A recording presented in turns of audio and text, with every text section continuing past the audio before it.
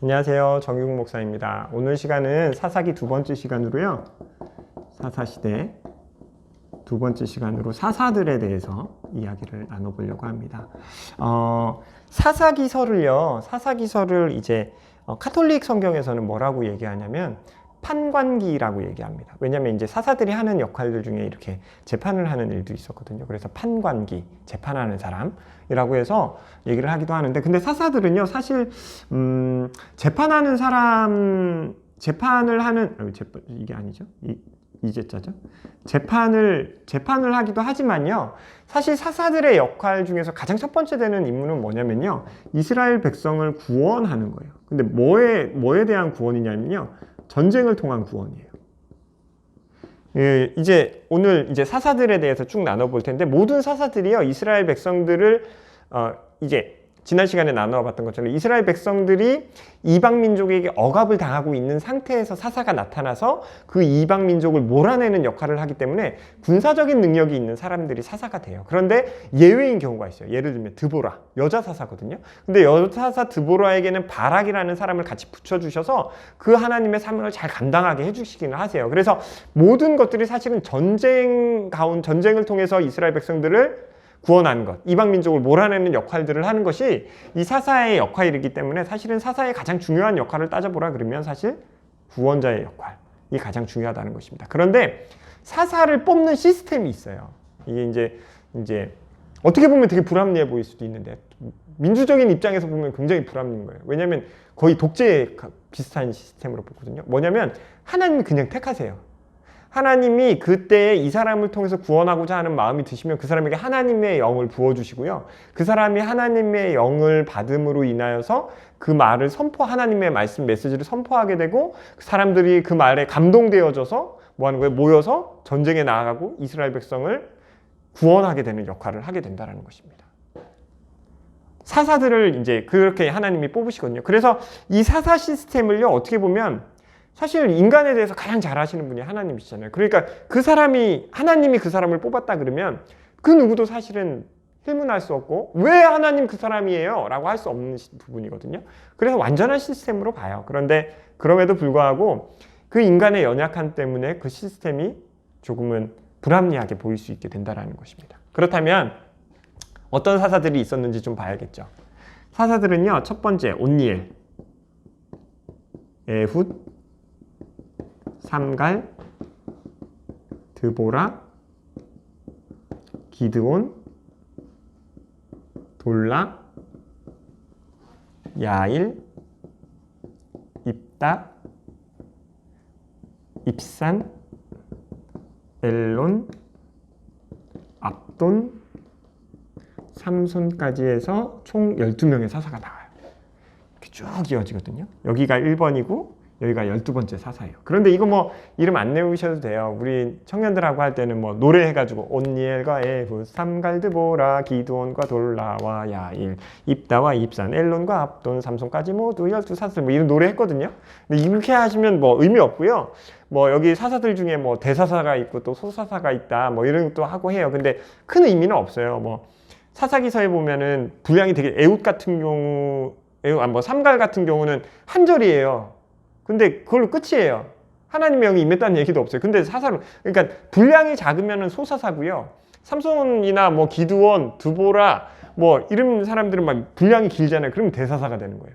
그러니까 성경에 분량이 많으면 대사사, 분량이 적으면 소사 이렇게 나누는 그것도 그렇게 큰 중요한 의미는 아니군요. 이 사사들의 순서도 사실은 그렇게 중요하지 않고요. 뭐가 중요하냐면 첫 번째 사사 온니엘이라는 것들에 대해서 먼저 좀 주목해야 돼요. 왜 그런가 하면요, 온니엘이 어떤 사람인지 알아야 되기 때문에 그래요. 온니엘은 누구냐면요, 이스라엘 백성이 가나안 땅을 정복하기 위해서 대표로 세워졌던 사람이 여호수아와 갈렙이거든요. 갈렙에게 딸이 하나가 있었어요. 그 딸의 이름이 뭐냐면 악사예요. 근데 온니엘이 누구냐면 악사의 남편이에요. 그런데 보세요, 지지난 강의 때 들으신 분은 아시겠지만 여호수아가 죽기 전에 유언으로 뭘 남겼어요? 너희들 여호와 하나님만 섬겨라 이거 했거든요. 그러고 나서 여호수아와 갈렙이 나이가 제일 많으니까 이 두 사람이 먼저 죽은 거예요. 근데 죽고 난 다음에 온니엘이 첫 번째 사사가 됐다는 건 뭘 뜻하는 거냐면 여호수아가 유언으로 남겼던 여호와 하나님만을 섬기라 라고 했던 것들을 이스라엘 백성들이 어기고 우상숭배를 바로 시작했다는 걸 뜻해요. 시간이 굉장히 짧다는 거죠. 그러니까 뭐예요? 온니엘, 갈렙의 사위 온니엘이 사사가 돼서 이스라엘 백성을 구원했다라는 건 이스라엘 백성들이 여호와 하나님의 언약을 우습게 여기고 하나님을 섬기는 거에 있어서 실패했다라는 것을 반증하는 것입니다. 얼만큼 이스라엘 백성들이 악했는지 아시겠죠? 그 온니엘이에요. 그리고요, 이 12명의 사사들 중에 사실 온니엘만 제대로 된 사사로 볼 수 있고요. 나머지는 뭔가 다 부족한 면이 있었어요. 에훗은 왼손잡이였고요. 삼갈은 뭐 막대기 가지고 하나였고, 드보라는 여사사였고요. 여자 여사가 문제가 아니라 이 여사사, 유일한 여자 사사거든요. 근데 드보라는 대단한 건 뭐냐면, 사사들 중에 유일하게 여자라는 얘기는 그때 당시에 이게 원래 사실은 이스라엘 백성이 남성 중심 사회예요. 그럼에도 불구하고 하나님이 여자를 사사로 세우셨다는 건 그 시대 때 뭐 하는 거예요? 남성들이 뭐 했다는 거예요? 제대로는 일을 못 했다는 걸 뜻해 반증하는 거예요. 기드온은 또 나중에 이제 막 싸울 때 미디안 족속이랑 싸울 때 여호와를 위하여 하라 그러면서 그 옆에 누구 이름도 갖다 붙여요. 자기 이름도 갖다 붙여요. 여호와를 위하여 기드온을 위하여 하라 막 그런 얘기했던 사람. 돌라도 되게 짧게 나오고. 그죠? 야, 뭐 입다, 입산, 엘론, 압돈, 삼손 이렇게 쭉 나오잖아요.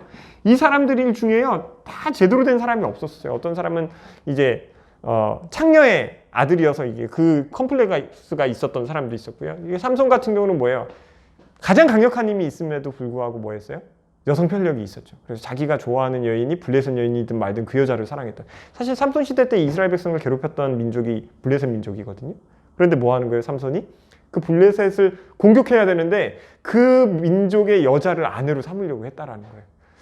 참 사사 같나? 이런 생각이 들죠. 그런데요, 우리가 이 12명의 사사들의 이야기를 다 세밀하게 들어가면 내용이 너무 많아져요. 그런데 우리가 좀 깊이 기억해야 되는 건 이 온니엘에서부터 삼손으로 갈 때까지요, 사사들의 모양은 사사들은요 점점 더 이렇게 좀 요즘 말로 하면 모양 빠져요. 이렇게 예쁜 모습이 없어요. 근데요, 하나님의 축복과 능력은 점점 강해져요. 그래서 삼손은요, 모든 사사들 중에서요, 가장 강력한 힘이 있었던 사람이에요. 그죠? 머리를 베기 전에 뭐예요? 천하장사 같은 힘. 그 성경에 보면은 성문짝을 떼다가 산 꼭대기에다가 갖다 놨다는 장면이에요. 뭐 성문이 뭐 쬐꼬만했겠어요? 무슨 안방문만 했겠어요? 그러지 않았을 거 아니에요. 성문인데, 그래도 명색이. 근데 그 문을 들고 산 꼭대기에다 갖다 놓을 정도로 힘이 셌던 사람이 삼손이에요. 근데 그 삼손이 뭐예요? 자기가 마음에 드는 여자를 위해서 그 힘을 사용하고 했던 거죠. 이런 모습을 가지고 있었던 것이 사사들입니다. 점점 사사들의 모습은 점점 타락해져가고 점점 자기중심적으로 변하지만 그럼에도 하나님의 능력은 뭐예요? 그 부족한 것을 채우고도 넘을 만큼의 능력을 부어주시는 거예요. 지난 시간에 나눠봤지만 7번 이스라엘 백성들이 우상숭배하고 완전히 타락하는 모습을 보여주는데요. 반대로 생각하면요, 하나님이 사사들을 통해서 또 보여주시는 건 뭐냐면 나는 너희들이 완전히 타락한다 하여도 나는 여전히 완전히 너희를 사랑한다라는 걸 반증해 주는 것이 이 사사들의 이야기에서 우리가 중심적으로 봐야 되는 내용이에요. 와 멋있다 이런 내용도 볼 수 있겠죠. 예를 들면 몇 개만 좀 볼까요? 에훗 같은 경우는 왼손잡이 에훗이에요. 성경에서 왼손잡이다라고 특별히 얘기하는 건 뭐냐면 오른손에 장애가 있었을 확률이 높다라고 얘기해요. 그래서 뭐 하냐면 에훗이 오른발 허벅지에다 칼을 찼거든요. 얇은 칼. 오른손에다 칸 이유는 뭐겠어요? 왼손에서 빼야 되는, 이렇게 빼기 편하라고 했던 거겠죠. 그런 부족함이 있었어요. 그럼에도 그런 장애가 있음에도 불구하고 뭐예요? 큰 힘은 없었지만 이스라엘 백성을 구원하기 위해서 칼로 왕을 찌르고 도망가죠. 또 삼갈은 또 어땠냐면 소모는 막대기 가지고 블레셋 사람 600명을 때려 죽였다고 나와요. 그러니까 사실 막대기가 얼마나 강력하겠어요. 소모는 막대기 그 하나가. 소모는 막대기가 막 강목처럼 그러진 않을 거 아니에요. 그걸로 소몰면서 소가 다 때려 죽지. 뭐 하겠어요. 얇은 걸 텐데 그걸로 사람 600명을 때려 죽였대요. 이거는 가만히 묶어놓은 사람들을 근데 한 명씩 때려 죽인다고 해도 얇은 걸로 때려 죽이면 그것도 힘들 텐데 삼갈의 이야기는 진짜 대단한 것 같아요. 한 절밖에 없지만 하나님의 손에 붙들면 어떻게 된다. 이렇게 강력해질 수 있다. 드보라 여사사 바락이라는 사람을 붙여주셔서 하나님이 이스라엘 백성을 구원하는 이야기도 나오죠.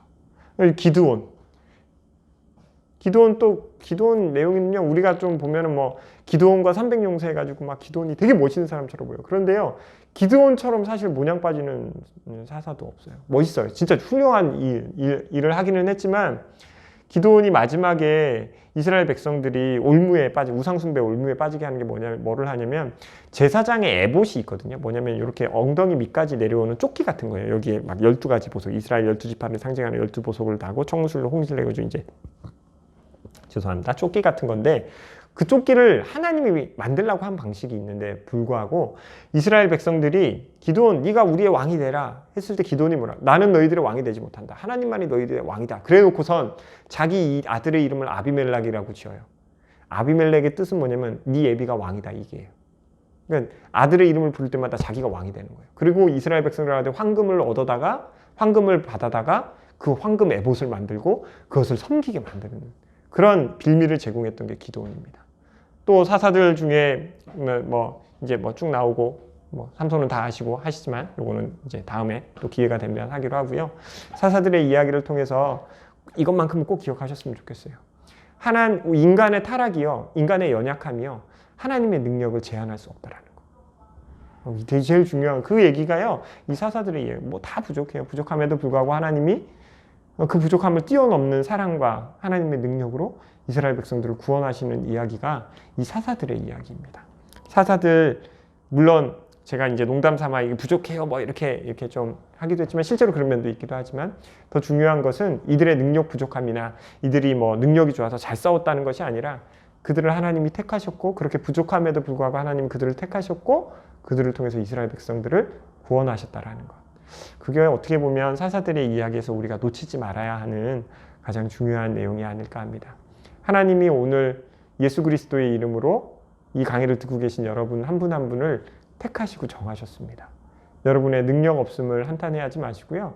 여러분이 능력 없으시는 것이 여러분의 능력 없음이 하나님의 능력 없음이 전제되는 것도 아니고 오히려 하나님의 능력의 위대하심을 더 드러낼 수 있는 귀한 통로가 된다는 것을 기억하셔서 내 연약함을 하나님께 내어드리고 또 내 마음 자리에 가장 높은 자리에 언제나 예수 그리스도의 그 십자가의 은혜가 예수 그리스도가 하나님의 말씀이 마음 가운데 가장 높은 자리에 자리할 수 있도록 우리의 삶을 내어드리는 우리의 마음을 내어드리는 그런 지혜로운 자가 되기를 소망합니다. 오늘 제가 준비한 건 여기까지고요. 다음 시간에 뵙도록 하겠습니다. 감사합니다. 샬롬.